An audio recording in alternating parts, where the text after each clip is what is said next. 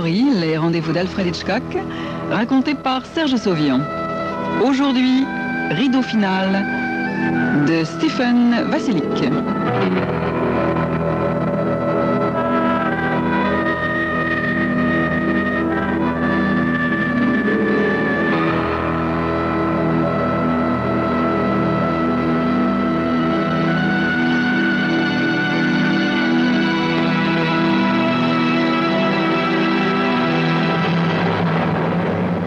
Le régisseur du théâtre a demandé à Reynolds s'il fallait frapper les 3 coups.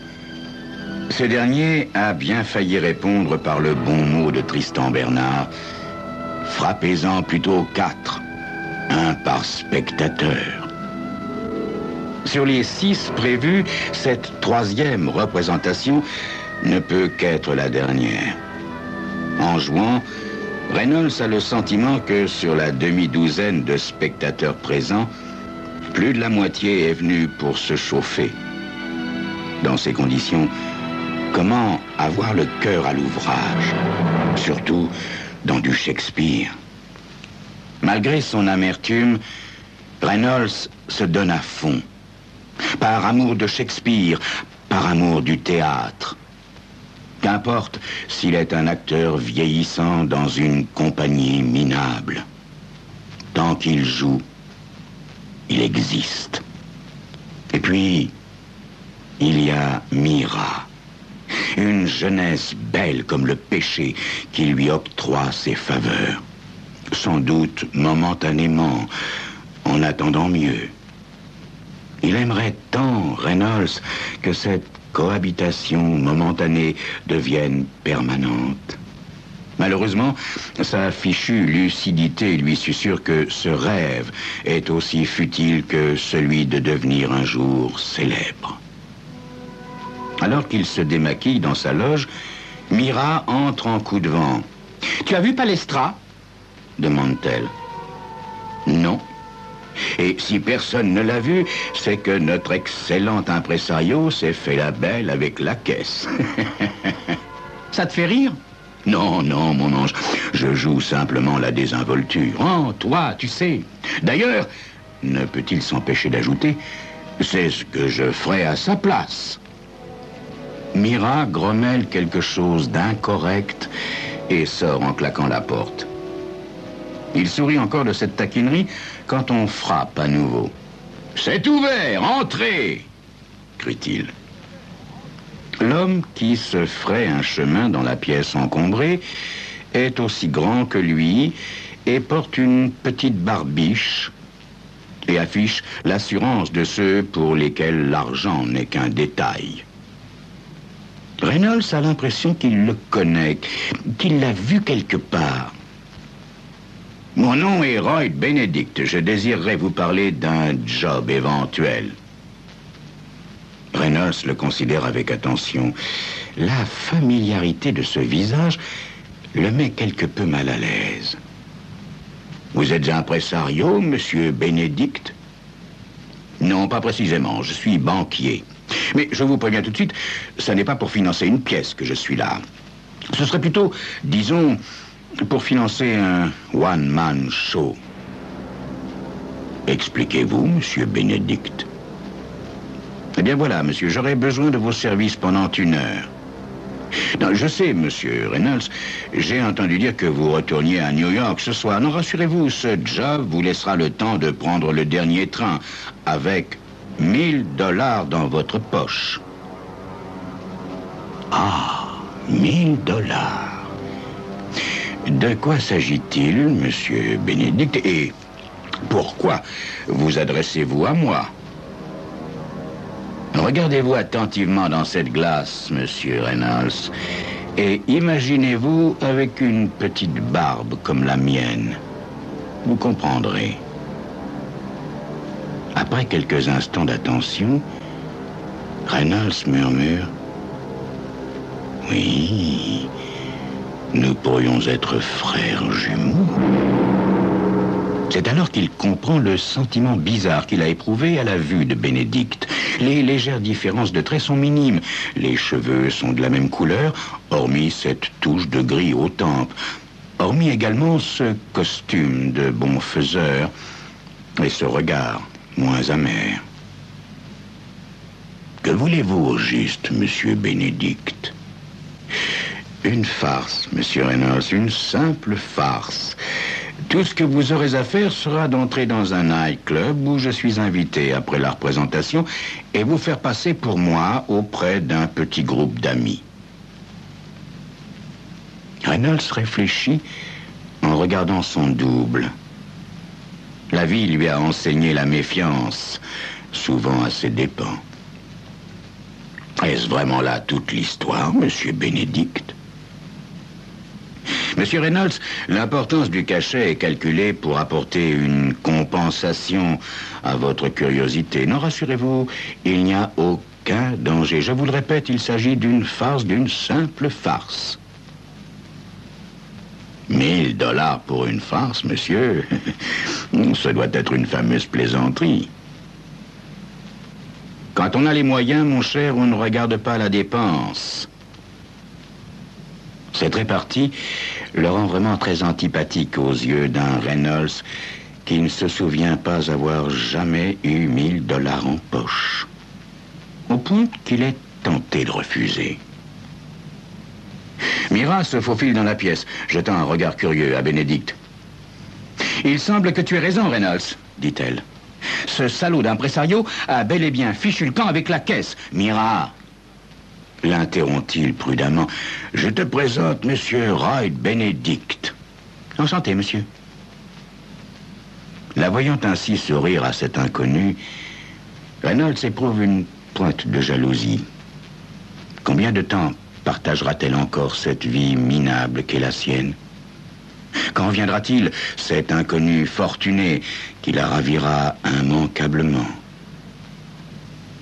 Ces 1000 $ représentent un sursis, n'est-ce pas? Ne ferait-il pas n'importe quoi pour la retenir encore un peu? Il se tourne vers Bénédicte. C'est d'accord, monsieur, je marche. Cela dit, j'aimerais percevoir mes honoraires immédiatement. Bien entendu, acquiesce Bénédicte en lui remettant la somme. Qu'est-ce que c'est? Demande Mira. Non, un petit rôle, ma chérie. Tiens, prends cette somme et attends-moi à la réception de l'hôtel. Je serai là dans 2 heures environ. Le regard qu'il lui lance lui fait comprendre qu'il y a de la combine dans l'air. Aussi s'exécute-t-elle sans un mot. En se maquillant, Reynolds se renseigne sur le scénario. Qui sera présent à cette soirée?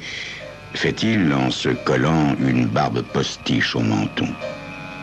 Un couple d'amis, les Huntley, lui est avocat, et Tony Medlin, mon beau-frère. Un instant, monsieur Bénédicte, un instant. Si votre épouse... Non, rassurez-vous, monsieur Reynolds. La pauvre est handicapée, elle ne quitte pas la maison. Mais si on me pose certaines questions précises, monsieur... Ils n'en poseront pas, vous dis-je. Ça n'est pas leur genre. En tout cas, s'il y a un pépin, commander une tournée, ça calme généralement les esprits. Cette barbe est parfaite. Bravo. Oui, des frères jumeaux, murmure Reynolds, qui se prend soudain au jeu. Dites-moi, monsieur Bénédicte, l'heure écoulée, comment prendrais-je congé? Mais comme je le fais habituellement, migraine, mon cher, migraine. Dans la voiture de Bénédicte qui le conduit au club, Reynolds se demande si Mira l'attendra à l'hôtel avec ses 1000 $. Il est assez lucide pour se rendre compte que c'est sans doute une de ses dernières aventures avec une jeune fille. Aussi, il ne regrette pas le risque qu'il vient de prendre. En descendant, sa curiosité reprend le dessus. Allez, monsieur Bénédicte, si vous m'en disiez un peu plus, hein?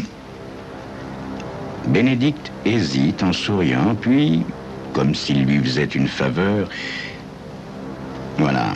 Non loin d'ici habite une jeune femme très séduisante. Vous pouvez le comprendre, me semble-t-il. Reynolds, mal à l'aise, hoche la tête. Le problème, continue Bénédicte, est que mon beau-frère se sent responsable de sa sœur depuis qu'elle a eu cet accident qui l'a rendu infirme. Il me tient à l'œil, le bougre. S'il vous tient à l'œil, monsieur Bénédicte, il pourrait s'apercevoir du subterfuge. Non, rassurez-vous, les lumières sont tamisées et il boit sans modération. Ah, à propos, le maître d'hôtel s'appelle Angelo. Avant de sonner à la porte du club, Reynolds fait le vide en lui, puis respire calmement, comme avant d'entrer en scène.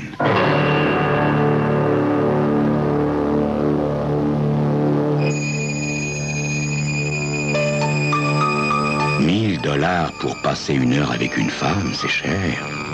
Mais lui-même, n'achète-t-il pas le temps qu'il passe avec Mira? D'une façon apparemment très facile. Oui, apparemment. La suite dans quelques instants.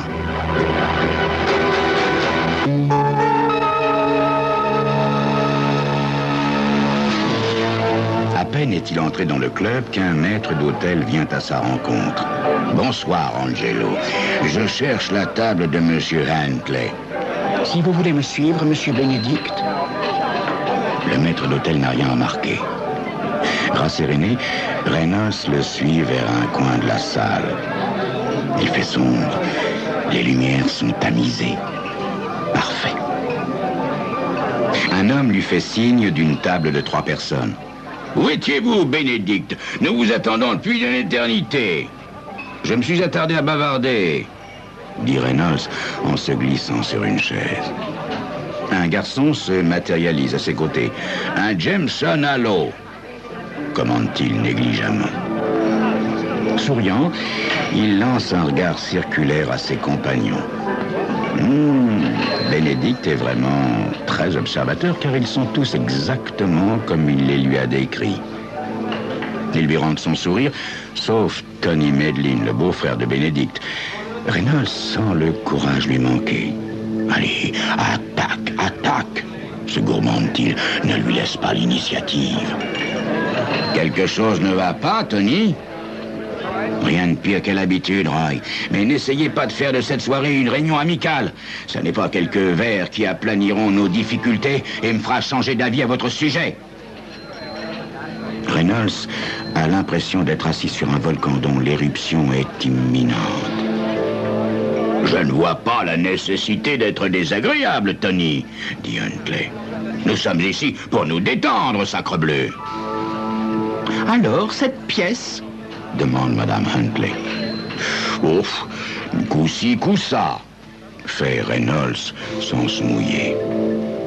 La conversation glisse sur le théâtre et Madame Huntley se met à babiller, tenant le crachoir, tandis que Tony Medlin, le beau-frère, affiche un penchant immodéré pour la boisson. Peu à peu, Reynolds se détend et finit même par trouver Huntley relativement sympathique, ne serait-ce son inculture crasse en matière de théâtre. Il se rend compte qu'il n'a rien à craindre de ses compagnons, excepté Medlin, qui ne fait aucun effort pour dissimuler son antipathie à l'égard de son beau-frère. Reynolds fait tournoyer distraitement son verre entre ses doigts quand il s'aperçoit que l'heure est pratiquement passée. Satisfait d'avoir si bien joué son rôle, il décide de s'attarder quelques minutes. Mal lui en prend, car, émergeant des brumes de l'alcool, Tony Medlin lui lance, agressif, « Vous serez toujours le même, hein, Bénédicte? L'expérience ne vous a rien appris. » Reynolds pose son verre, mais ne souffle mot. Vous avez bu cette nuit-là, comme vous buvez maintenant, et c'est pour ça que vous avez eu l'accident. C'est pour ça que ma sœur est infirme et passera le reste de ses jours dans un fauteuil d'invalide. Vous voulez que je vous dise... Allons, Tony, allons, dit Huntley. Nous étions résolus à ne pas parler de ça ce soir. Cet accident aurait pu arriver à n'importe qui. Elle voulait prendre le volant, mais lui... fait-il en indiquant Reynolds d'un geste méprisant. Lui, il n'a pas voulu. Oui, Roy est le premier désespéré de cet état de choses, Tony. Désespéré? La bonne blague. Il aurait préféré qu'elle soit tuée sur le coup, oui, pour pouvoir hériter de sa fortune et de la banque. C'est toujours ce qu'il souhaite, d'ailleurs. Hein, Roy Benedict? Vous avez trop bu, Tony. Fait Huntley d'un air dégoûté. C'est ça, c'est ça. Mais vous remarquerez que mon cher beau-frère ne répond pas. Il sait qu'il est coupable, n'est-ce pas, hein? Huntley secoue la tête, tandis que Madeline brandit un index menaçant sous le nez du malchanceux comédien. Mais je vous tiens à l'œil, Roy. Ma sœur en est incapable, mais moi, je vous surveille. Reynolds se lève nonchalamment. Je pense qu'il est temps de nous séparer.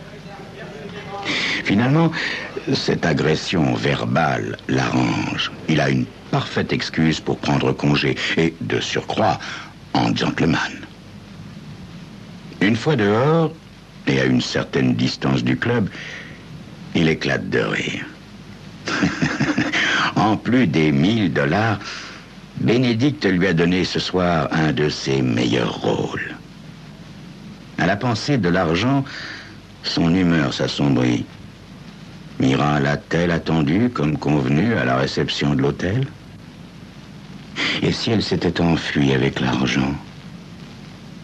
Arrivé à destination, son cœur se serre. Mira n'est pas dans le hall. Il se renseigne auprès du concierge. La jeune femme dont vous parlez a payé une nuit supplémentaire, monsieur. Reynolds monte à sa chambre. Mira ouvre la porte, tout sourire. Comment ça s'est passé? Bien, très bien. Raconte, raconte, dit-elle en fermant la porte et en l'entraînant vers le lit. Le lendemain, alors qu'il cherche la rubrique spectacle dans le journal, son attention est attirée par un titre. Une infirme assassinée. Madame Corbelia Benedict, 37 ans, a été découverte tuée d'un coup de feu chez elle. C'était donc ça. Il tend le journal à Mira, dont l'expression se durcit au fur et à mesure de la lecture. Ça va nous rapporter beaucoup plus que $1000, mon chéri, dit-elle en allumant une cigarette. Téléphone-lui. Mais je ne suis pas un maître chanteur, Mira. Si tu ne le fais pas, moi je le fais. Devant la détermination et, avouons-le, la beauté de Mira, il cède et prend rendez-vous pour 11 heures avec un Roy Benedict effondré. 2 heures plus tard, Benedict frappe à la porte.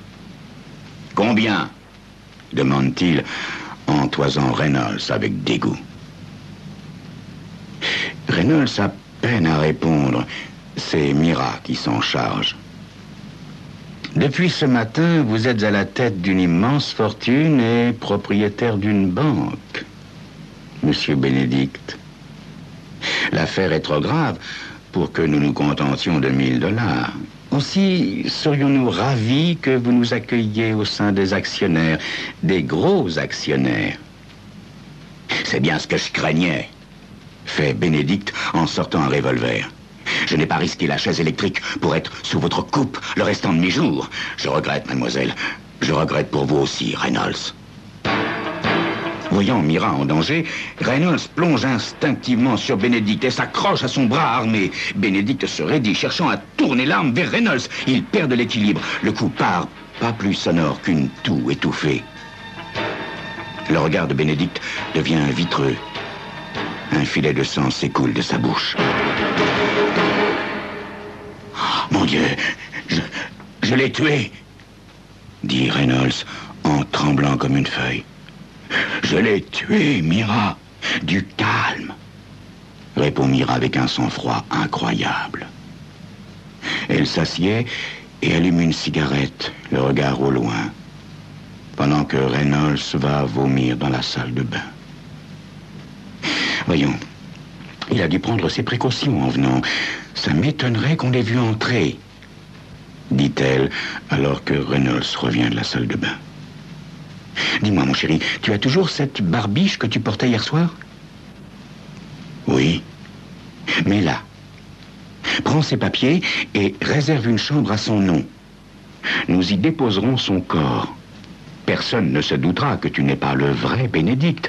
Quand les flics le découvriront, je ne vois pas par quel hasard ils nous rattacheraient à cette histoire. Oh, mais voyons, mon Dieu, ça ne marchera jamais, Mira. Fais-le! Crie-t-elle.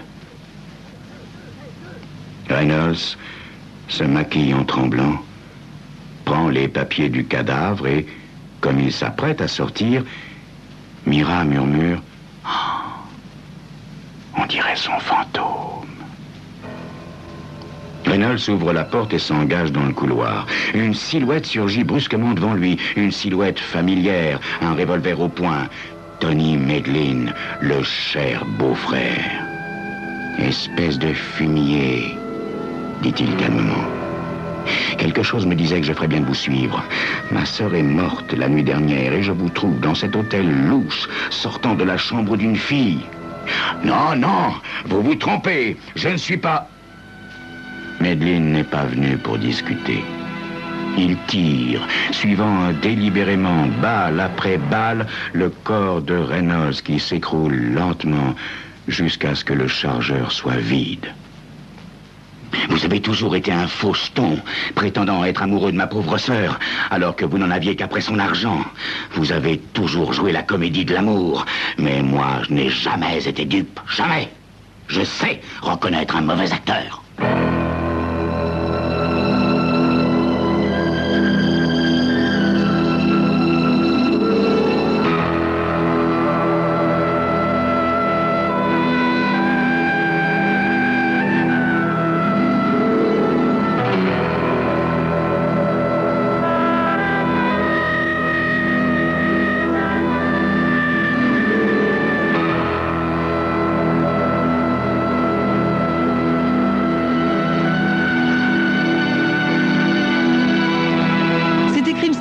Les rendez-vous d'Alfred Hitchcock racontés par Serge Sauvion. Aujourd'hui, rideau final de Stephen Vassily.